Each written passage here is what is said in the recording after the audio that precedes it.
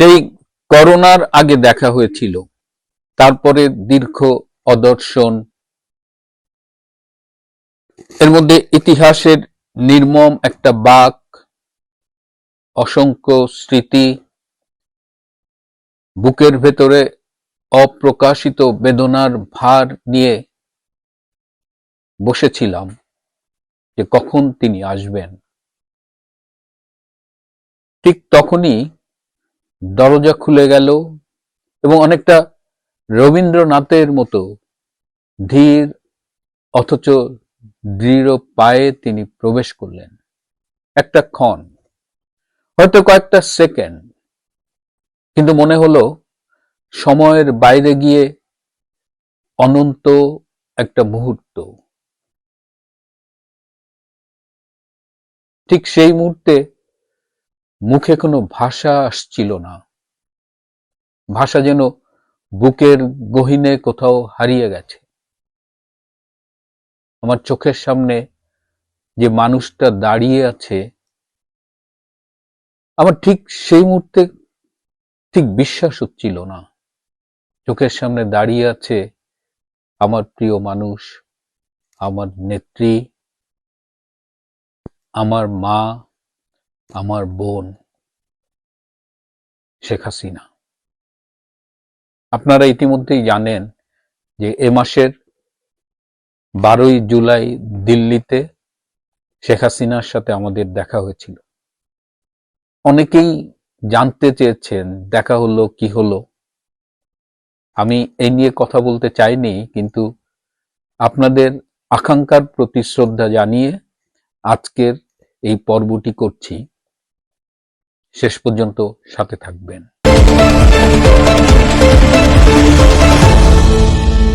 গত ডিসেম্বরেই যাবার কথা ছিল, কিন্তু সময় মেলেনি।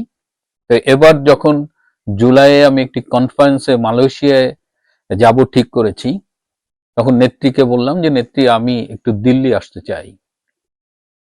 কারণ ফোনে অনেক কথা হয়, কিন্তু সবকিছু বলা যায় না, কিছু কথা সামনাসামনি বলবার দরকার ছিল। তিনি বললেন যে আসো। তা আমি বললাম যে আমি 12 তারিখ থেকে 17 তারিখ পর্যন্ত অ্যাভেলেবেল। 12 তারিখ রবিবার হলে ভালো হয়, রবিবার ছুটির দিন। বললেন আমার তো ছুটি নেই, আমি তো প্রতিদিনই কাজ করি।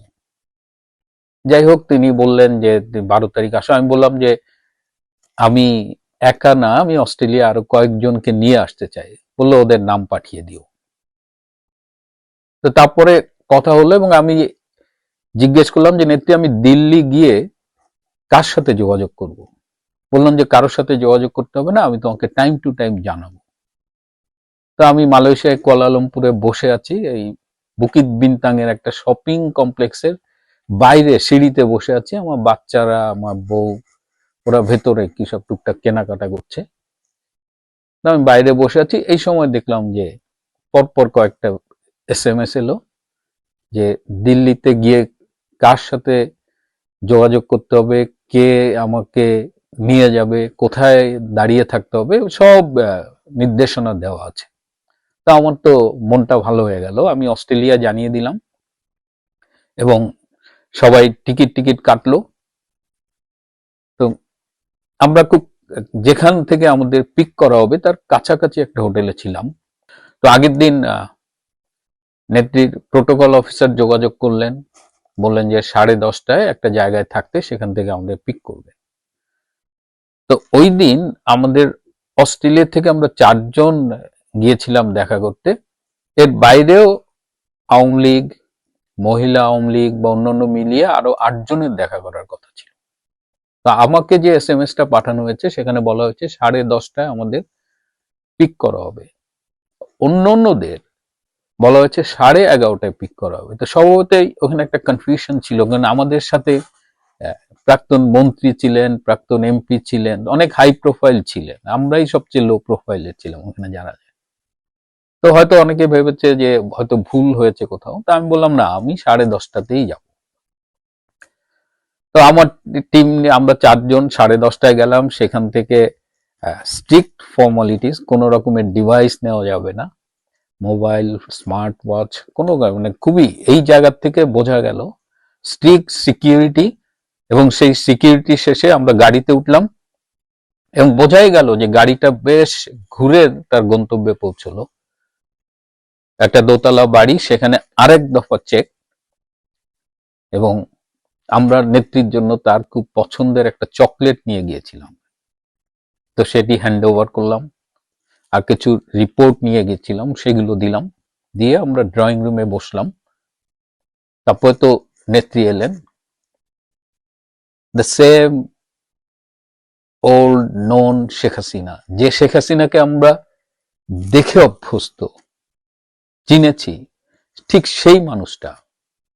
এই যে বাংলাদেশের এত কিছু হয়ে গেল, যেটাকে আমি বলি ইতিহাসের নির্মম একটা বাঁক, কিন্তু এই মানুষটার দৃঢ়তা দেখে বোঝার কোনো উপায় নাই যে এত ঝড় বয়ে গেছে তার উপর দিয়ে। অনেকেই আমাকে জিজ্ঞেস করেন যে তিনি কেমন আছেন। আমি কিন্তু যতদিন তার সাথে কথা বলেছি, আমি সবসময় জিজ্ঞেস করেছি তার শারীরিক অবস্থা এবং তার মানসিক অবস্থা। হয়তো আমি ডাক্তার হিসেবেই এটা বলেছি, এবং তিনি প্রতিবার কিন্তু লক্ষ্মী মেয়ের মতো আমার এই প্রশ্নগুলোর জবাব দিয়েছেন। প্রায় দেখবেন ফেসবুকে গুজব ওঠে যে তার অসুখ হয়েছে, তার স্ট্রোক হয়েছে, আর প্রায় 1 যুগ ধরে শুনছি তার কোলন ক্যান্সার হয়েছে। তো এগুলো শুনি, আর এখন প্রায় শুনি, এবং এমনও বলা হয় যে তিনি আসলে বেঁচে নেই, তার যে অবয়বটা, কণ্ঠটা আমরা শুনি এটা এআই জেনারেটেড, এরকম। এবং কোন সমর্থক, ভক্ত, অনুসারী আমাকে কিন্তু ব্যক্তিগতভাবে যোগাযোগ করে কান্নাকাটি করে যে নেত্রী কি হলো, নেত্রী একটু দেখেন। তো এই যে অপপ্রচার গুলো করে আমাদের প্রতিপক্ষ, শত্রুপক্ষ, এবং এটা বিশ্বাসও করে কিছু লোক, এটাই অবাক করেছে। তো নেত্রী হেলথ ওয়াইজ একদম ভালো আছেন, এবং কদিন আগেই তিনি আমাকে বলেছিলেন দিল্লি যাওয়ার আগে যে গত 2 বছরে তিনি যে ভারতে অবস্থান করছেন, এই সময় মাত্র 2 দিন তিনি একটু সর্দিতে ভুগেছিলেন, এছাড়া কোন রকমের হেলথ হ্যাজার্ড বা কোনো অসুখ বিসুখ হয়নি আল্লাহর রহমতে। এবং তিনি বললেন যে তার সারা জীবন একটু ঠান্ডা লাগার ধাত ছিল, সর্দি টর্দি হতো, কিন্তু করোনার সময় এত নিয়ম কানুন করেছেন যে তার আর ওই সর্দি সর্দি ভাবটা নাকি করোনার পর একেবারে নেই হয়ে গেছে। মানসিক ভাবে কেমন আছে, ভীষণ দৃঢ়, মানে ভয় ডরহীন একটা মানুষ। আমরা গেলাম, আমাদের সাথে আমাদের সিডনি মুরব্বী, যাকে সবাই মানে দলমত নির্বিশেষে, গামা কাদির ভাই ছিলেন। আমাদের বাংলাদেশ আওয়ামী লীগ যে অস্ট্রেলিয়া ব্রাঞ্চ, তার প্রেসিডেন্ট সিরাজ ভাই ছিলেন। আমাদের অস্ট্রেলিয়া যুবলীগের নোমান শামীম, যাকে আপনারা বিভিন্ন পরিচয় আজকাল দেখেন, টকশোতেও আসে। তা আমরা 4 জন ছিলাম। তো নোমান শামীম প্রথমে জিজ্ঞেস করলো যে আপা, আমরা কি একটু পায়ে হাত দিয়ে সালাম করতে পারি? আপা বললেন পারো। নোমান, আমি, সিরাজ ভাই সালাম করলাম, আপা আমাদের আদর করে দিলেন, দোয়া করলেন। আর গামা ভাই 84 বছর বয়স, বাট স্টিল তাকে আমরা বলি চিরতরুণ। তো বললেন, গামা ভাইকে বললেন যে আপনার সালাম করা লাগবে না। তো তারপর শুরুতে উনি বললেন যে মিল্টন, তোমার কি কথা আছে বলো। তো আমরা বাকি 3 জন বসে আছে, আমি ওনার কাছের চেয়ারটা নিয়ে গিয়ে আমি লিখে নিয়ে গিয়েছিলাম। আমার 6 মিনিটের একটা প্রস্তুতি ছিল, তো আমি প্রায় 15 মিনিট ওনার সাথে ব্যক্তিগত বিষয়গুলো আলাপ করলাম, মানে যে বিষয়গুলো নিয়ে আমি আসলে কথা বলতে চেয়েছিলাম সামনাসামনি, সেগুলো বলেছি। এবং উনি আমার প্রত্যেকটা প্রশ্নের জবাব দিয়েছেন, আমি যা জানতে চেয়েছি ওনার মন্তব্য, ওনার পরামর্শ সব দিয়েছেন। আমি বলেছি যে আমি এই দলের বাইরেও কিছু ছেলে মেয়ে নিয়ে কাজ করি, যাদের আমি আগে চিনতাম না, এবং এই ক্রাইসিসের মধ্য দিয়ে তারা চমৎকার ভূমিকা পালন করছে। তারা কেউ কেউ লন্ডনে আছে, কেউ আমেরিকায় আছে। তো এদের নামগুলো আমি বলেছি, আবার কিছু রিপোর্ট এগুলো বলেছি। আবার বর্তমানে যে জেএনজি, যাদের বাংলাদেশকে বিভ্রান্ত করে যে জামাত, বিএনপি বা এখনকার এনসিপি, এরা যে একটা জঙ্গি অভ্যুত্থান ঘটিয়েছিল, সেইখানে তো এই প্রজন্মের একটা বিরাট অংশ, বিশেষ করে শহর কেন্দ্রিক বেসরকারি বিশ্ববিদ্যালয় কেন্দ্রিক জেএনজি প্রজন্ম, তাদের তো বিভ্রান্ত করা হয়েছিল। তো এদের মধ্যে একটা গবেষণা সম্প্রতি আমরা পরিচালনা করেছি। আমি আমি একদম টপে ছিলাম, কিন্তু কাজটা করেছে নোমান শামীম এবং তার টিম, যে জেএনজি আসলে আওয়ামী লীগের প্রত্যাবর্তনের ব্যাপারে কি ভাবছে, তারা কি চায়, এবং প্রায় 56টা রিকমেন্ডেশন আমরা এই কোয়ালিটেটিভ রিসার্চের মধ্যে পেয়েছি। এবং আমি অবাক হয়েছি জেএনজির চিন্তা ভাবনা দেখে।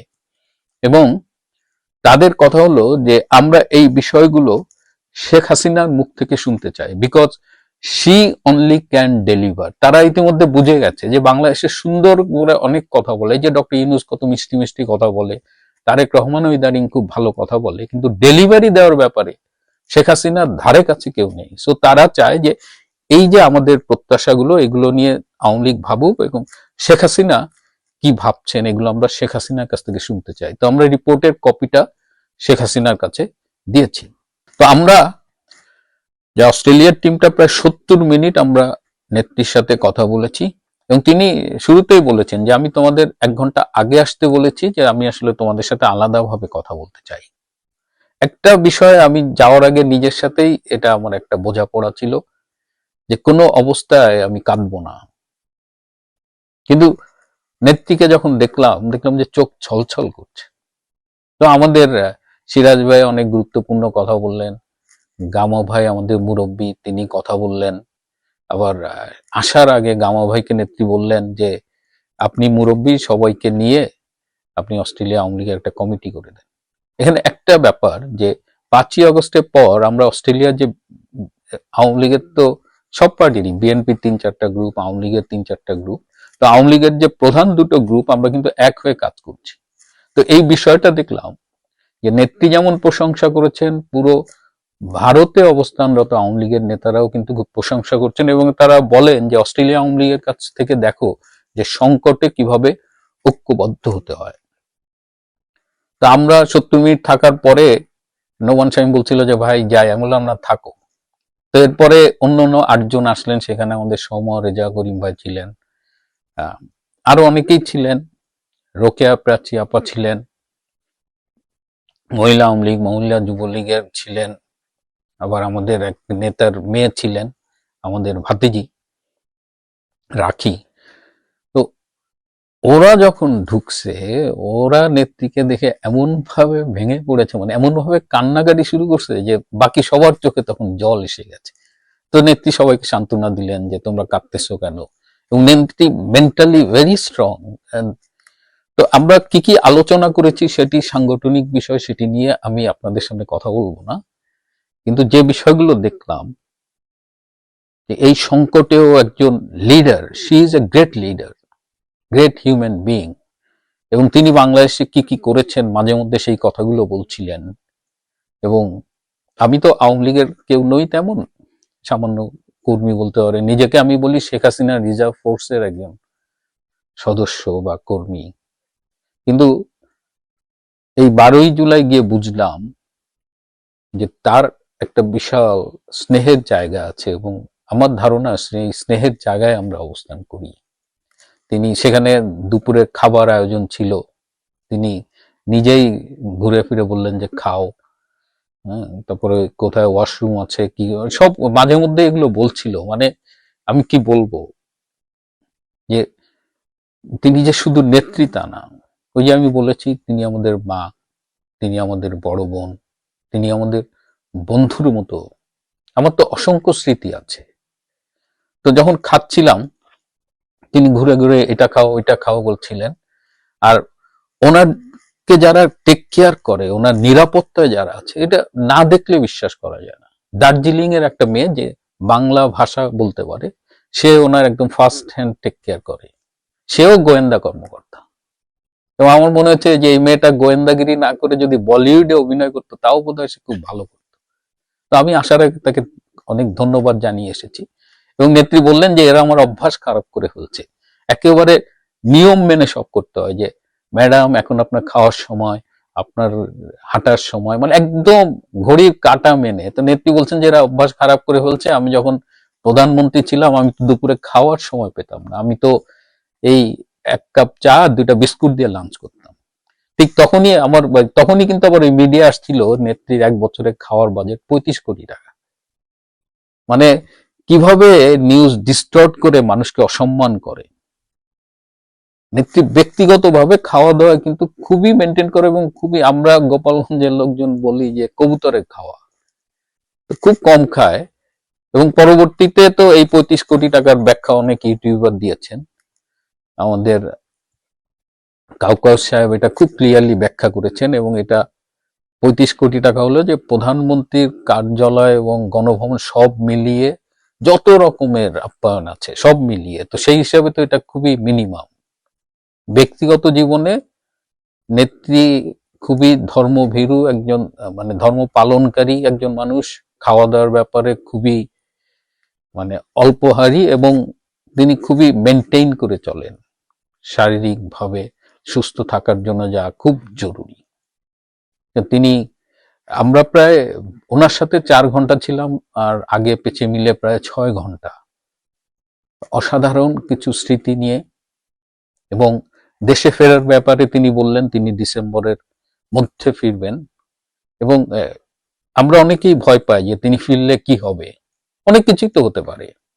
ইতিহাস ঘাটলে দেখা যায় যে অমুক দেশের প্রেসিডেন্টকে প্লেন থেকে নামার মুহূর্তে গুলি করেছে, তার বিরুদ্ধে মৃত্যুদণ্ডের রায় আছে। কিন্তু শেখ হাসিনাকে দেখলাম যে তার চোখে ন্যূনতম কোনো ভয় ডর নেই, নির্ভীক সাহসী একটা মানুষ। এরকম একটা সাহসী নেত্রী, সাহসী মানুষ, নির্ভীক মানুষ, তাকে, তিনি যদি দেশে ফেরার ব্যাপারে সিদ্ধান্ত নিয়ে থাকেন, তাকে তো ঠেকানো কঠিন। বাংলাদেশ সরকারের মধ্যে কিন্তু কাপাকাপি শুরু হয়ে গেছে, কিভাবে তাকে ঠেকানো যায় এটা নিয়েই তাদের এখন দিন কাটে, রাত কাটে। তো এই হলো দিল্লি সফর। নেত্রী ভালো আছেন, নেত্রী এখনো বাংলাদেশের কথা ভাবেন।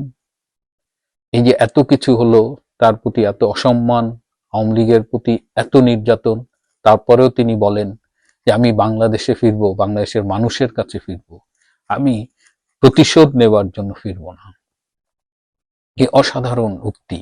এবং তিনি বলেছেন যে আমি কেবলমাত্র বাংলাদেশের মানুষের কাছে দায়বদ্ধ, বাংলাদেশের মানুষ যে রায় দেবে আমার ব্যাপারে, তারা যে সিদ্ধান্ত দেবে তাই আমি মাথা পেতে নেব। এমন জনদরদী নেত্রী বাংলাদেশ সেই বঙ্গবন্ধুর পরে আর পেয়েছে কিনা আমার ধারণা নেই। অসাধারণ একটা দিন, আমার জীবনের অসাধারণ দিন 12ই জুলাই। আমি যতদিন বেঁচে থাকবো, আমার এখনো চোখের সামনে সেই দৃশ্যটি, যে তিনি দরজা খুলে ঢুকলেন, এবং কি যে মায়া, কি যে আদর, কি যে স্নেহ, এটা আসলে আই ক্যান্ট এক্সপ্রেস। আমার সাথে গামা ভাই ছিলেন, গামা ভাইয়ের খুব ইচ্ছে ছিল যে নেত্রীর সাথে এভাবে একটু সামনাসামনি কথা বলবেন। আমরা যে চারজনই মোটামুটি এখনো বোধহয় বিশ্বাস করতে পারে না, স্বপ্নের মতো লাগে যে নেত্রী আমাদের এত সময় দিয়েছেন, এবং আমরা আমাদের সব ধরনের কথা বলেছি। প্রিয় বন্ধুরা, আজ এ পর্যন্তই। ভালো থাকবেন, সুস্থ থাকবেন, নেত্রীর জন্য দোয়া করবেন, বাংলাদেশের জন্য দোয়া করবেন, বাংলাদেশের মানুষদের জন্য দোয়া করবেন। সবাইকে ধন্যবাদ।